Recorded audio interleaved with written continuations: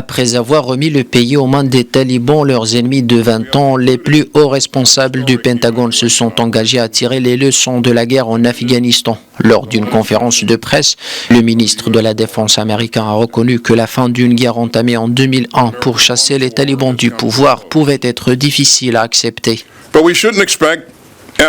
Je sais que ces derniers jours ont été difficiles pour beaucoup d'entre nous. Il ne faut pas attendre des anciens combattants d'Afghanistan plus que des autres Américains. J'ai entendu des opinions très tranchées ces derniers jours. C'est très important, c'est la démocratie.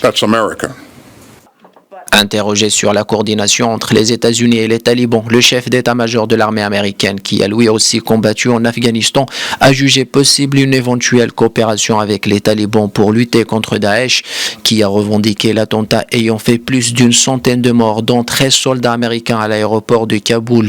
And we enabled 391 non-US military sorties. Notre relation avec les talibans sera guidée par ce qu'ils font, pas par ce qu'ils disent. Maintenant, il y a des questions urgentes comme la condition humanitaire du peuple afghan.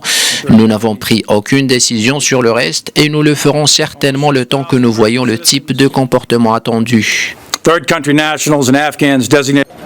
Sur le terrain, après avoir célébré le départ des États-Unis, les talibans doivent s'atteler à plusieurs tâches en urgence, former un gouvernement et maintenir en état de marche les infrastructures à l'image de l'aéroport de Kaboul.